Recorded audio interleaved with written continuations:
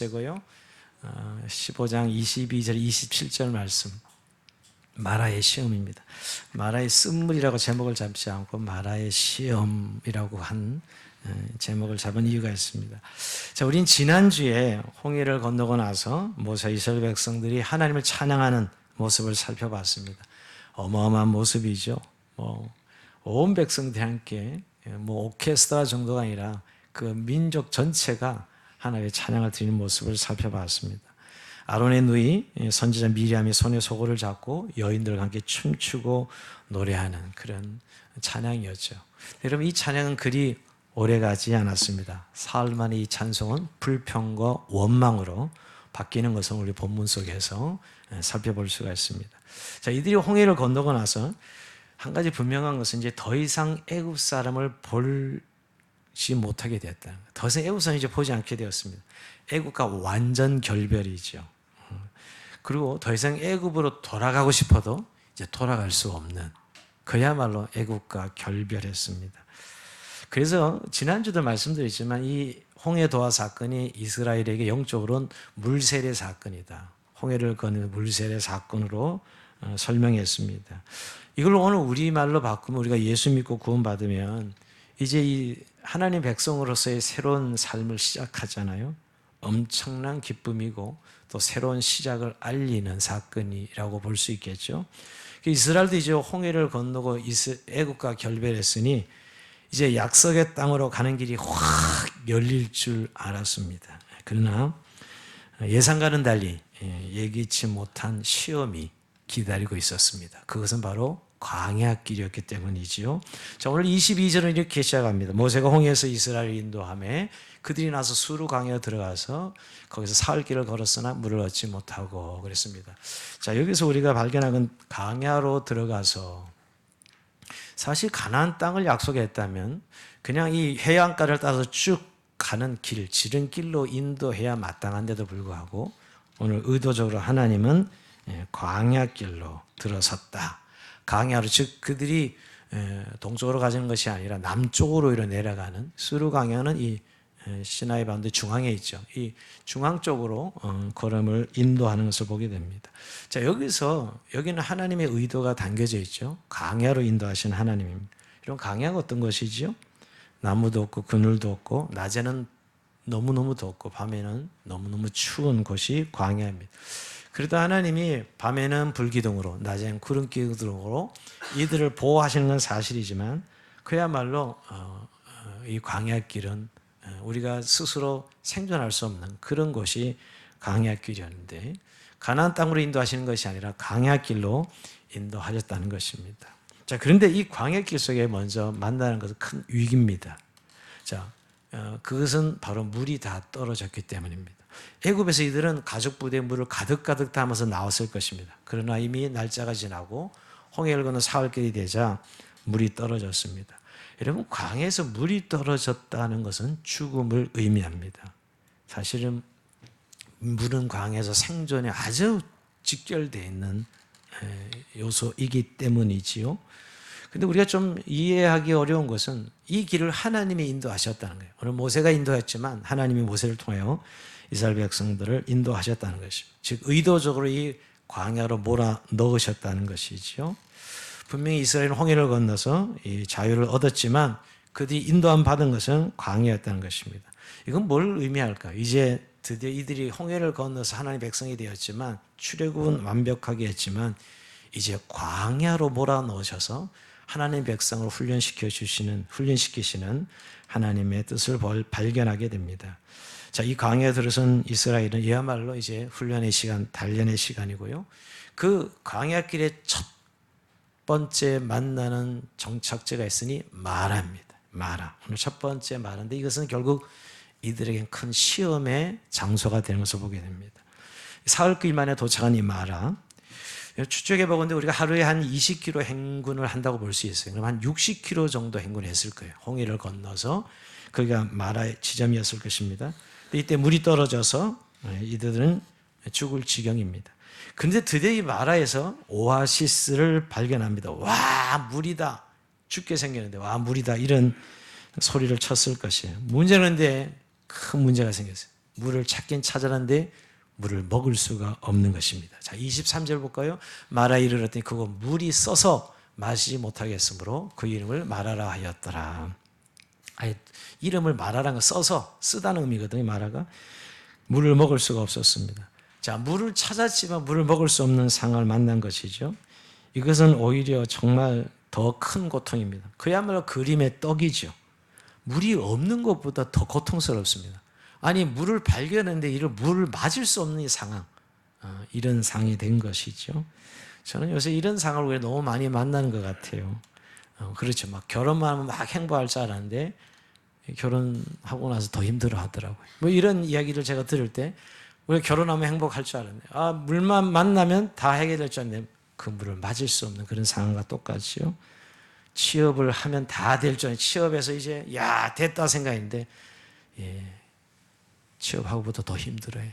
그 취업 회사 문화에 적응하지 못하고 힘들어서 그만두겠다고 하는 이런 취준생의 이야기를 들으면서 이게 됐다고 된 게 아니구나 하는 생각을 합니다. 또 저는 예전에 미국 갔을 때 이민자들이 다 잘 살 줄 알았는데 이민만 가면 다 잘 산다고 생각하신 거예요. 근데 가보니까 늘 고통스러워 하시다. 눈물을 흘리면서 이민 생활한 분들이 너무 많더라고요. 이민만 가면 다 되는 줄 알았는데. 그런 거죠. 예수만 믿으면 잘 될 줄 알고 잘 뭔가 쭉쭉 나갈 줄 알았는데 살아가는 인생 광야길은 늘 이렇게 시험과 어려움이 있는 거와 똑같습니다. 이스라엘 백성들은 이렇게 물을 찾아서 쓴물을 마실 줄은 꿈에도 생각 못했겠죠. 여기가 광야라는 것을 이제 인지하기 시작한 것이죠. 자, 이럴 때 이스라엘 백성은 모세를 향하여 불평합니다. 자, 24절 보니까 여러분, 백성이 모세에게 원망하여 이르되 우리가 무엇을 마실까 하며, 자, 이스라엘 백성들이 마라의 쓴물 때문에 마시지 못하게 되자 모세를 원망합니다. 이 원망은 적대적인 태도로 불만을 토로하는 것이죠. 여러분, 목이 말라 죽게 되는데 이 오아시스에서 물을 마실 수 없게 되자 이스라엘 백성들은 모세를 향해서 이게 물이냐? 이렇게 된 건 다 당신 때문이야 라고 아마 멱살을 잡고 흔들었을 거예요. 막 모세를 향하여 지금 다 이게 당신 때문이라고. 우리가 여기 와서 죽게 되었다. 이렇게 불평과 원망을 털어놓는 것이지요. 근데 이건 너무 참 심해요. 그죠? 3일 전만 해도 여러분 홍해 도하를 하고 나서 이스라엘 백성들이 모세를 영웅시하고 우리를 구원한 구주라고 이렇게 치켜 세우고 이랬던 상황인데 물 떨어져서 죽게 되자 이들의 태도가 돌변합니다. 사람들에게 인기 얻는 거 아무것도 아니라는 걸 다시 한번 해요. 모세가 홍해 도하하고 대통령 선거 출마하면 대통령 됐을 텐데 그죠? 근데 3월 만에 또 이렇게 완전히 좀 멱살 잡히는 이런 상황에 사람들에게 인기란 건 그렇게 허망한 것입니다. 사실 우리가 사람들 인기에 연연할 이유가 하나도 없다는 것을 보게 됩니다. 근데 참 그런 것 같아요. 우리가 이 세상 살아가면서 어려움을 당하면 이렇게 늘 지도자에게 원망하고 욕하죠. 자네들은 뭐 일이 안 되면 우리 부모가 나한테 해준 게 뭔가 뭐 이렇게 불평하기도 하고 회사 가보면 회사가 잘 어려서 잘 안 돌아가고 월급이 안 나면 사장한테 막 사장이 일을 잘못해서 사장을 원망하고 뭐 교회도 리더한테 교회가 잘 은혜가 없으면 교회 리더한테 원망하게 되고 그런 상황들을 보게 됩니다. 근데 그게 인간사인데 오늘 이 원망을 들은 이 모세는 오늘 절대 억울해하지 않습니다. 이 참 하나님의 사람은 역시 다르다는 것을 알게 되는데요. 어떻게 보면 화도 내고 너희들이 어찌 그럴 수 있느냐. 지금까지 10가지 재앙의 소리를 건지신 하나님, 홍해의 도하를 통해서 건지신 하나님을 잊어버리고 이럴 수 있느냐고 정말 책망하고 대들 수 있는데도 불구하고 그러지 않습니다. 오히려 모세는 그런 상황 속에 즉시 하나님께 부르짖어 기도합니다. 역시 모세는 하나님의 사람입니다. 백성들의 불평과 원망을 듣고도 하나님께 부르짖어 기도합니다. 여러분, 그래서 우리가 어떤 원망과 불평을 들을 때 우리 화를 내거나 변명하지 말고 하나님께 나가서 기도해야 됩니다. 그때 하나님께 들어주시죠. 자, 모세가 이렇게 원망하는 백성들에게 맞대응하지 않고 하나님께 부르짖어 기도할 때 하나님이 즉각 응답하십니다. 자, 25절 볼까요? 한번 읽어봅시다. 이건 시작. 모세가 여호와께 부르짖었더니 여호와께서 그에게 한 나무를 가리키시니 그가 물에 던지니 물이 달게 되었더라. 아멘. 즉각 응답은 그 응답은 바로 옆에 있는 나뭇가지였어요. 자, 옆에 있는 나뭇가지를 모세가 그 오아시스 물에 던지니까 그 물이 단물로 생수로 바뀌는 것이었어요. 아마 그 장면을 지켜본 이 이스라엘 백성들은 좀 처음에는 굉장히 의심했을 거예요. 아니 저 나뭇가지를 던지는 행위를 왜 하지? 그러나 적어도 옆에 측근에 있었던 사람들은 가서 그 모세가 기도하고 난 다음에 나뭇가지를 던졌기 때문에 한 물을 마셔봤을 것이에요. 마셔보니까 와 생수다. 아까 못 먹는 썩은 물, 쓴물이 아니라 생수라는 사실을 발견했을 거예요. 아마 처음에 발견한 사람은 저 같은 사람은 와 에비앙이다 막 이렇게 막 프랑스에서 제일 좋은 물이 에비앙이거든요. 엄청 비싸요. 한 보통 생수에 한 3-4배 값을 지불해야 되는데 바로 생수인 거죠. 생수. 그러자마자 옆에 있는 모든 백성들이 오아시로 뛰어들었겠죠. 죽게 생겼네요. 물을 사흘 동안 먹지 못해서 죽게 생겼는데 그냥 달려들어서 물을 벌컥벌컥 마셨을 것입니다. 자, 갈증을 해소하고 해결이 되고 이스라엘 백성들 안정을 찾게 됐을 것입니다. 근데 여러분 이때 모세가 던진 나뭇가지는 무엇을 의미하는 걸까요? 자, 나뭇가지에 어떤 신통한 능력이 있는 것일까요? 이 나뭇가지는 결국 여러분 신약으로 해결하면 바로 십자가를 의미합니다. 십자가. 자, 베드로전서 2장 24절에 보면 여러분 친히 나무에 달려 그 몸으로 우리의 죄를 담당하셨으니 이런 말씀을 예수님 십자가를 나무에 달렸다라고 표현하죠. 나뭇가지를 던져놨다는 건 바로 그리스도의 십자가를 통해서 그 쓴물이 단물로 생수로 바뀌는 것을 의미합니다. 여러분 우리가 인생을 살면서 쓴물을 경험하지만 결국 십자가를 통해서 그것이 단물로 바뀌는 체험을 하지요. 오늘 이게 십자가 은혜의 복음이라고 말할 수 있습니다. 마실 수 없던 마라의 쓴물은 십자가 은혜의 생수로 바뀌는 것이죠. 저는 이 말씀 묵상하면서 한 주간 우리가 인생을 살면서 이 세상 속에 늘 마라의 쓴물을 마시지 않는가. 세상은 그럽니다. 돈을 마셔라, 인기를 마셔라, 명예를 마셔라, 권력을 마셔라, 학벌을 마시라. 그리하면 행복해질 것이다. 이게 늘 우리 세상에서 듣는 이야기예요. 그래서 우리가 마시는데 벌컥벌컥 마시는데 보니까 그 물을 마시면 마실수록 더 공허해지고 거기 중독이 되고 행복해지는 것이 아니라 더 불행해지는 것입니다. 그런데 그때 그 공허해진 그 쓴물로 인하여서 중독된 인생들에게 십자가의 복음이 전해질 때 그 쓴물은 생수로 단물로 바뀌는 것이죠. 이게 십자가의 은혜입니다. 복음이죠. 많은 사람의 간증이 나를 살리시는 십자가라고 고백하는 이유가 바로 그 때문입니다. 수많은 사람들이 문제를 해결하는 것은 바로 십자가의 능력이죠. 오늘 우리 십자가 보혈 찬양을 크게 고백하며 불렀는데 그렇습니다. 여러분 우리의 인생의 쓴물을 생수로 단물로 바꿀 수 있는 것은 바로 복음의 능력, 십자가의 능력을 기억하시고 다시 한번 십자가를 붙들고 쓴물을 마시는 우리의 삶 속에 단물로 바뀌어지는 생수로 바뀌어지는 은혜가 있기를 주의 이름으로 축원드립니다. 목마를 때 싸우지 마시고 쓴물을 싸우지 마시고 오직 십자가를 바라보십시오. 그게 바로 요즘 말로 신의 한수입니다. 십자가의 은혜야말로 신의 한수에 우리를 구원하시고 우리의 쓴물을 단물로 바꿔주시는 장면입니다. 자, 그렇게 나뭇가지 물을 넣으니 쓴물이 단물로 생수로 바뀌었는데요. 자, 이스라엘 백성들은 목마름을 해결하는 것이었지만 이 상황을 놓고 하나님은 뭐라고 이야기하셨냐면 이스라엘 백성들을 시험하셨다라고 이야기합니다. 이 마라의 쓴물이 단물로 바뀌는 이 사건을 하나님은 시험하셨다. 자, 25절 볼까요? 거기서 여호와께서 그들을 위하여 법도와 율례를 정하시고 그들을 시험하실세 그랬습니다. 여기 시험은 물론 템테이션, 유혹을 말하는 게 아닙니다. 테스트를 의미하죠. 교육적 의미의 시험을 말합니다.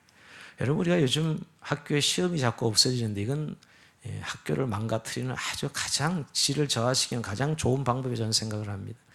여러분 우리가 시험은 좋아하는 학생은 하나도 없지요. 그러나 여러분 시험이 없다면 그 시험으로 성장할 수 있는 기회를 잃어버리는 것이죠. 여러분 시험을 보여 학생은 시험을 통해 자기 실력을 평가받고 자신의 부족함을 알고 또 보완해 나가고 성장해 가는 것이죠. 이것처럼 하나님께 당신의 자녀들에게도 오늘 마라의 사건을 통해서 이들을 시험하시기를 원하십니다. 다른 말로 고치면 훈련하시기를, 단련하시기를 원하십니다.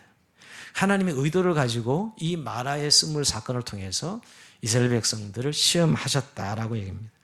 자, 쉽게 말하면 고난 앞에서 이들의 태도, 이들이 어떻게 나올지에 대한 태도에 대한 시험입니다. 여러분 이스라엘 백성 홍해를 건너서 막 난리 펴지 찬양을 드리고 영광을 돌리고 근데 사울의 완전히 다른 상황이 생깁니다. 목이 타는 갈증 속에서 물을 마실 수 없게 되자 하나님께 대한 원망과 불평을 쏟아냅니다. 이게 시험이라는 거예요. 이 장면 말이에요. 사실 하나님은 이 상황을 통해서 이렇게 어려운 순간에도, 쓴물을 경험하는 순간에도 이들이 홍해를 건너서 하나님을 찬양했듯이 이게 찬양할 수 있는지 이들을 시험했다는 것이죠. 그러니까 이들이 사실은 애굽은 떠나고 홍해를 건넜지만 여전히 그들 마음 안에 이 쓴물은 없어지지 않은 거예요. 하나님이 왜 광야길로 이들을 인도하셨냐? 이제 이들 안에 있는 쓴물, 고난만 부딪히면은 이들이 원망으로 바뀌는 이 쓴물을 하나님은 바꾸시기를 원하셨던 것입니다. 그들 안에 있는 불신앙이죠. 여러분, 평안하고 잘 될 때 누가 하나님을 찬양하지 못하겠어요? 예수 믿는 사람들이 정말 잘 되고 평안할 때 다 하나님을 찬송할 수 있죠. 그러나 이제 문제는 고난이고 고통이 오면 우리 그건 시험인데, 그럴 때도 여러분 하나님 앞에 감사하고 찬양할 수 있는지를 하나님이 시험하시는 것이죠. 그러니까 이 마라의 쓴물을 통해서 그들이 이 앞에 찬양하던 그들의 입술이 원망과 불평으로 바뀌면서 그들 안에 있는 불신앙을 드러내는 시험이에요. 그들 안에 있는 불평과 원망의 쓴뿌리를 드러내는 시간입니다. 그래서 이것을 시험하셨다라고 말씀하고 있는 것이죠. 그래서 그들의 마음을 치료하셔서 하나님 백성으로 세우시기를 원하시는 것입니다. 근데 이들을 시험하실 때 여러분 뭘로 시험하셨냐? 법도와 율례를 정하시고 그들을 시험하셨다라고 말씀합니다. 즉 이제부터 법도와 율례를 정해서 훈련을 시작했다는 것이에요. 여러분, 이때까지 이스라엘 백성들은 애굽에서 살았을 때는 한 번도 이렇게 말씀하신 적이 없어요. 말씀과 법도를 정하시지 않았다고요. 근데 이제 홍해를 건너고 나서부터는 이들에게 법도 율례를 정하시고 훈련시키신다는 것이죠. 여러분, 그도 그럴 것이 여러분, 이스라엘 백성들이 430년 동안 종살이 했어요. 애굽 문화와 애굽 삶의 방식에 완전히 쩌들어 있는 그냥 애굽 사람들이죠. 게다가 노예로 살았기 때문에 더 애굽 문화에 익숙해 있는 이스라엘 백성들을 보게 됩니다. 근데 이제 하나님은 이들을 하나님 백성으로, 자, 홍해는 건너서 하나님 백성의 신분은 가졌지만, 세례는 받았지만 이들은 사실 삶의 내용은 완전히 애굽 방식, 애굽 사람이지요. 애굽 문화가 한마디로 농경 문화입니다. 농경 문화는 도시 문화고요. 도시 문화는 또 인본주의입니다. 애굽 이 농경 문화는 결국 땅이 중요해요. 땅을 소유하고 땅을 일구고 수확을 한 것을 또 팔아야 돼. 장사를 해야 됩니다. 이게 소유 문화입니다. 그래서 구약에 보면 하나님은 하나님 백성들을 만드실 때 절대 농경 문화에서 자라지 못하게 하고 유목민 문화로 바꿔줍니다. 여러분, 아브라함도 갈대우리에서 도시 문화 속에서 있었던 사람을 하나님 빼내가지고 가나안 땅에 가서 유목민으로 만들죠. 유목민은 어디 한 곳에 정착하는 게 아니죠. 돌아다니면서 하늘의 별을 보고 그냥 하나님만 의지할 수밖에 없는 그런 삶의 문화가 유목민 문화예요. 근데 사실 애굽에서 완전히 농경 문화 속에 쩌들어 살아온 이들을 지금 이제 하나님의 백성으로 만드시는 과정이 광야 40년이죠, 여러분. 그래서 이들 하나님의 백성, 이스라엘 백성들 안에 있는 이 애굽의 문화와 삶의 방식을 하나님은 죽이시기로 하신 것이에요. 이 광야 첫 길의 마라의 쓴물은 굉장히 상징적이에요. 그런 의미에서 이들 안에 있는 마라의 쓴물을 하나님 죽이시기로, 그들 안에 있는 불신앙이죠.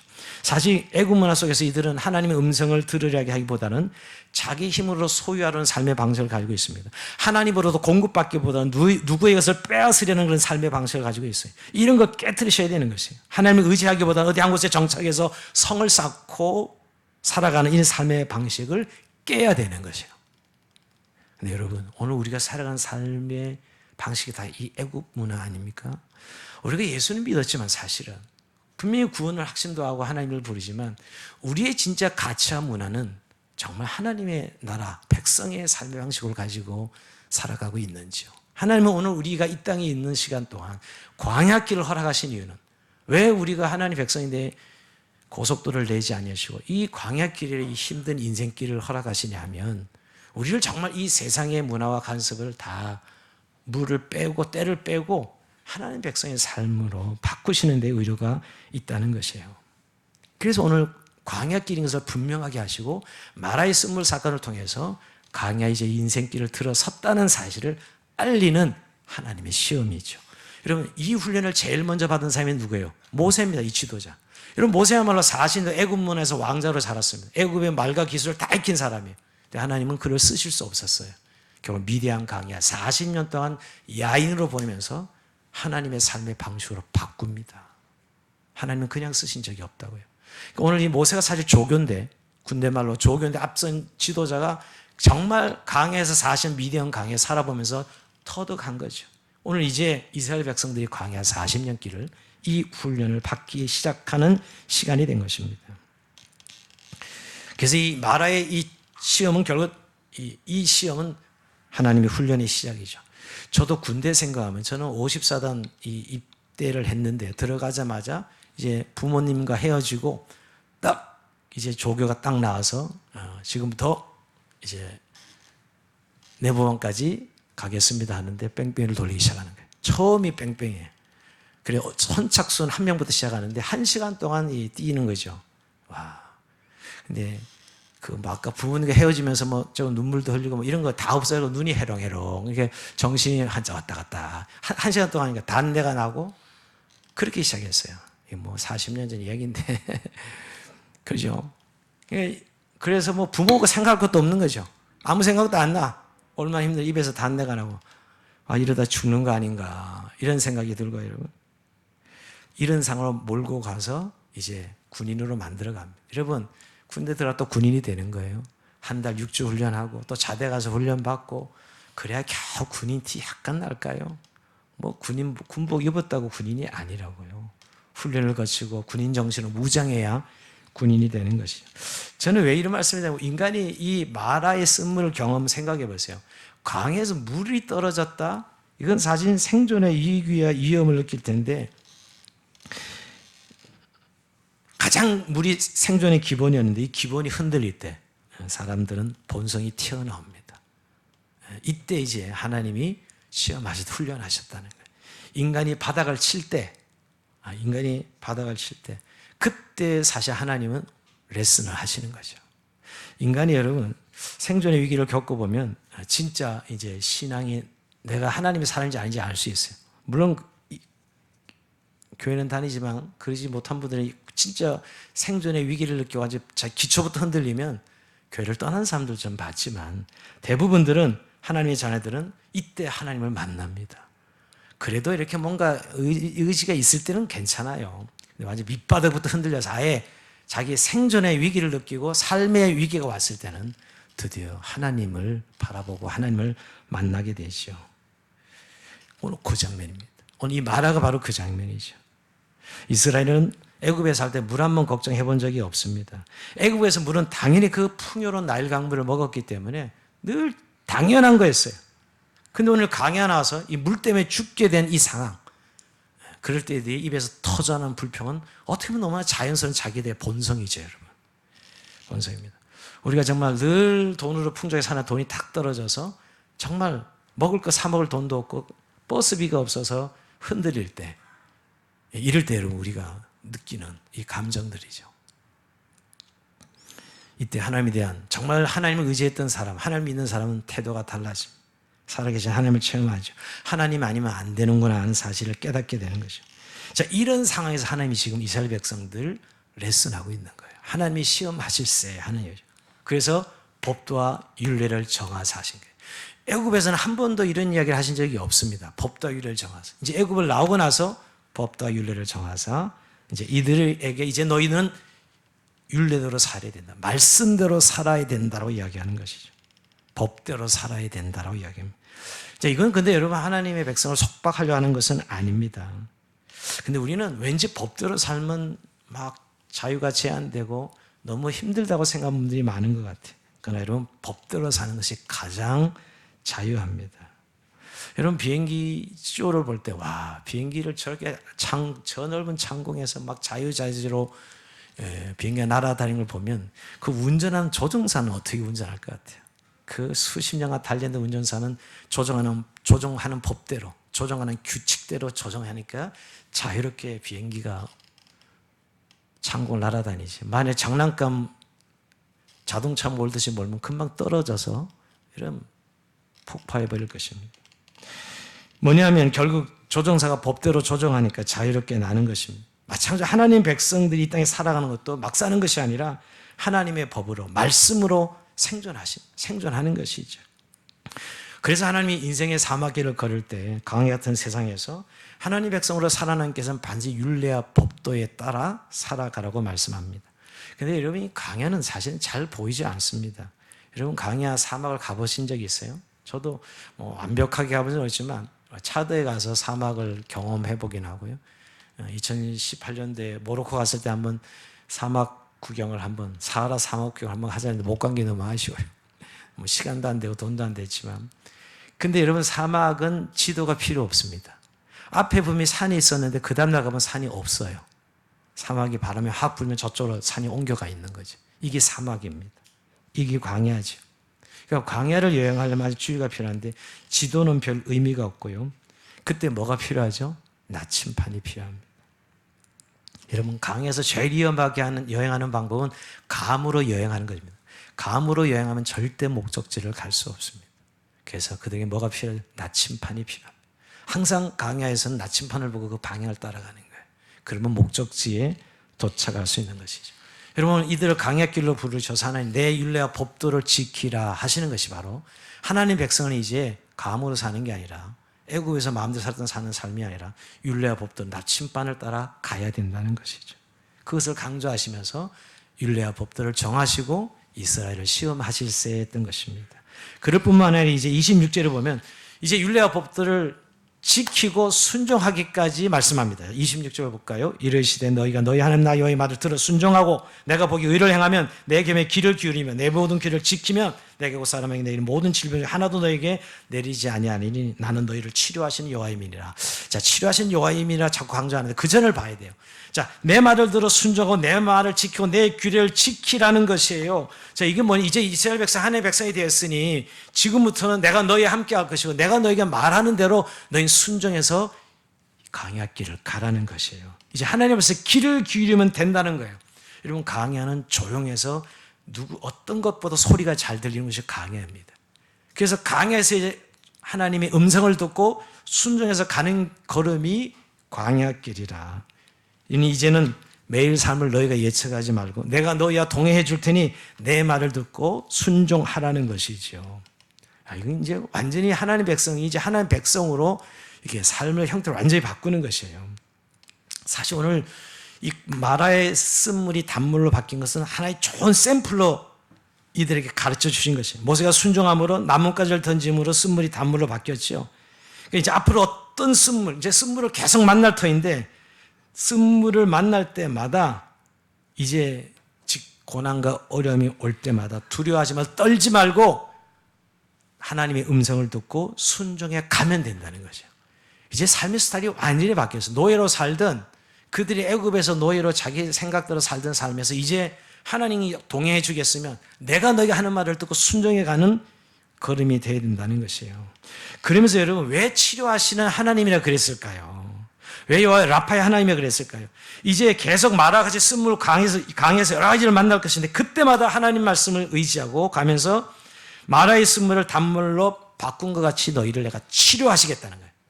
이제 광야길은 계속해서 쓴물을 만날 것인데 내가 그때마다 너희가 내 말을 청정하고 순종하면 내가 이 쓴물을 단물로 바꿔줄 것이다.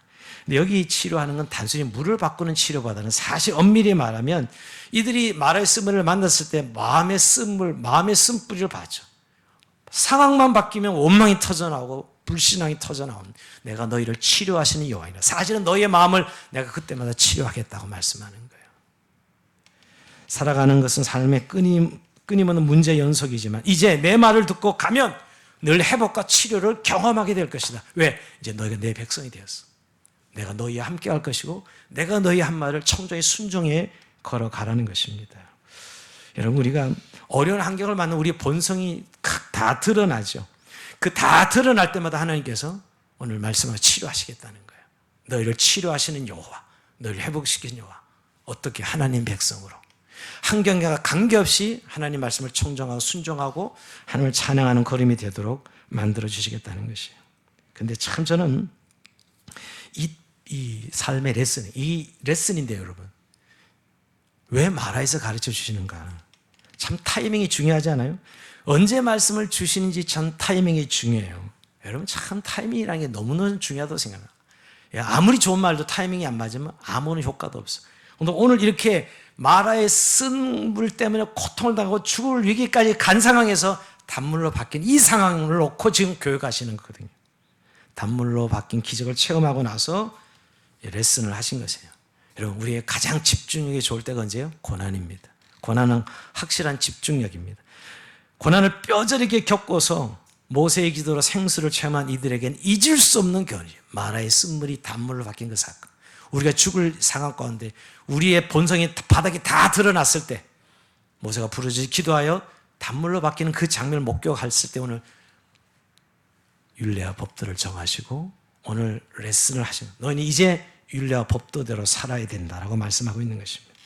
자, 그러면서 여러분 참 우리가 교훈을 받을 때 실패해보지 않은 사람에게 실패를 극복하는 법을 가르칠 수 없어요. 여러분 어떻게 생각하세요? 실패해보지 않은 사람에게 실패를 극복하는 법 가르칠 수 없죠.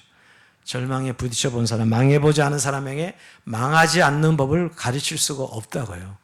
오늘 마라의 쓴물 현장에서 오늘 하나님께서 원포인트 레슨을 하는 거예요. 이 상황, 너희들이 다 드러나는 이런 상황에서 오늘 이렇게 단물로 바뀌는 이 장면에서 너희가 계속해서 강의 생활할 때마다 이런 고난을 만날 때 그때마다 하나님을 원망하고 불평할 것이 아니라 내 말을 천정하고 순종해서 이 쓴물이 단물로 바뀌는 체험을 하라고 원포인트 레슨을 하시는 것이죠. 근데 이 장면이 터닝 포인트입니다. 여러분 우리가 늘 마라의 쓴물을 경험할 때 그때가 원망하고 싶지만 불평하고 싶지만 그때가 바로 터닝 포인트죠. 이 쓴물이 단물로 바뀔 수 있는 십자가를 체험할 수 있는 절호의 기회입니다.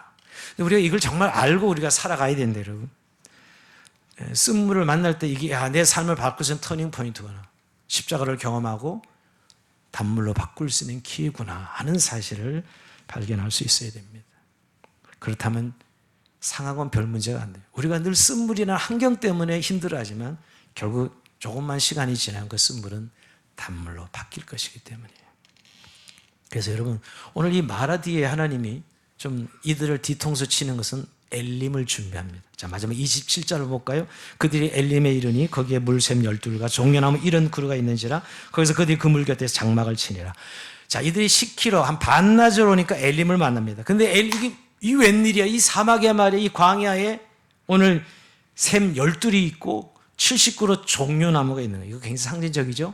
12지파니까 한 지파씩 샘을 차지하고 70인 장로에게 한 그루씩 맡기는 거예요. 완전히 이건 이들이 이런 그 마라에서 물 없어 죽을 경험하는 이들에게 10km도 못 가서 오늘 엘림을 발견하게 한 것이죠. 정말 사막을 여행하면서 안식할 수 있는 풍요로운 숲이요 이스라엘을 위하여 준비하신 맞춤형 안식처였습니다. 이런 풍성한 엘림이 마라에서 10km밖에 안 떨어져 있었는데 이스라엘 백성들에게는 이 엘림이 보이지 않았습니다. 맞습니다. 우리가 고난을 겪을 때 엘림이 사실 보이지 않아요. 불신앙 근시안이기 때문이죠. 마라에 있을 때 엘림을 기대하거나 볼 수 없는 것이죠. 가까이 있었지만 여러분, 근데 하나님은 이들이 원포인트 레슨하고 나서 오늘 이 10km의 엘림을 충분한 휴식을 취할 수 있는 엘림을 준비시켜 놓고 계셨습니다. 근데 문제는 마라에서 쓴물을 경험할 때 우리에게 터져 나오는 원망과 불평이죠. 그걸 잘 믿음으로 통과했다면 금방 조금만 가면 엘림이 기다리고 있었는데 말이에요. 여러분, 우리가 살아가면서 불심을 만날 때가 있습니다. 그러나 그것을 믿음으로 직면하면 그 과정 속에서 십자가를 경험하는 은혜가 있습니다. 그것을 정말 믿음으로 직면하면 우리는 불심을 만날 때 우리의 본성의 바닥은 이렇게 터져나온 원망과 불평이지만 우리가 그것을 믿음으로 말씀을 붙잡은 하나님의 율례와 법도를 붙잡으면 거기서 십자가의 은혜를 경험하죠. 즉 쓴물이 단물로 경험하는 은혜를 경험해요. 그러다 좀 더 가면 결국 하나님 예비하신 엘림까지 있다는 사실을 발견하게 됩니다. 우리 눈에 엘림이 잘 보이지 않는다 하더라도 우리가 기억하는 것은 감을 잡고 인생을 가는 것이 아니라 내가 예측하고 내가 계획한 인생을 살아가는 것이 아니라 하나님께서 말씀하신 그 말씀을 붙들고 하나님의 말씀을 붙들고 우리가 그 행진을 할 때 바로 엘림을 만날 수 있다는 것이죠. 이제 말씀을 마무리합니다. 우리 중에 지금 굉장히 고난의 행진을 하는 분들이 있을 것입니다. 또 코로나 때문에 많이 힘들어하는 지체들도 있습니다. 그러나 한 가지 우리가 기억합시다. 이 고난 때문에 하나님 백성이 죽는 일은 없다는 것입니다. 하나님 백성이 고난 때문에 망가지고 무너지는 일은 없습니다. 바울이 늘 그렇게 고백했어요. 우겨쌈을 당하여도 쌓이지 아니하고 답답한 일을 당해도 낙심하지 아니하여도 박해를 받아도 버림받지 않고 거꾸로 튀김을 당하여도 망하지 아니하고 그랬어요. 이게 예수 믿는 사람들의 특권입니다. 분명히 어려움은 겪지만 우리가 그 고난 때문에 죽는 법은 없습니다. 더군다나 그 어려움을 당한다고 해서 우리에게 그것이 저주일 수 없습니다. 한 번도 주님은 성도의 고난이 저주라고 말한 적이 없습니다. 저는 사실 오늘 엘림을 준비하시는 하나님을 보면서 결국 성도의 고난이 축복이라고 말하는 이유를 알 수 있는 것이죠. 성도의 고난은 결국은 축복을 향한 걸음이에요. 그리고 더 나아가서 오늘 이 본문에 우리를 향한 시험이죠.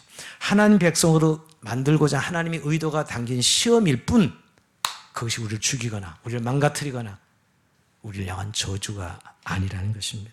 오히려 그것이야말로 십자가를 체험할 수 있는 절호의 기회인 것을 기억하시고 여러분 그때 율례와 법도를 기억하는 것입니다. 감이 아니라 그 상황에 함몰되는 것이 아니라 율례와 법도를 기억할 때 십자가를 경험할 수 있다는 것입니다. 우리가 불같은 시험이 올 때 참 우왕좌왕하기 쉽지만 그러나 결국 우리에게 준 율례와 법도를 기억하고 붙들 때 하나님께서 십자가의 은혜로 단물로 바꿔주시는 그런 은혜를 다시 한번 이 어려운 시대를 삶을 경험하시고 우리가 지금 부딪히고 있는 여러 가지 문제들 가운데 결국은 하나님의 시험으로 주신 것이라면 이미 그 결과는 이미 하나님께서 예비하고 계신 엘림이라는 완벽한 안식을 준비하고 있었듯이 우리에게도 그런 하나님의 은혜를 기억하면서 오늘도 율례와 법도를 붙들고 승리하는 저희 삶이 되길 주의 이름으로 축원드립니다.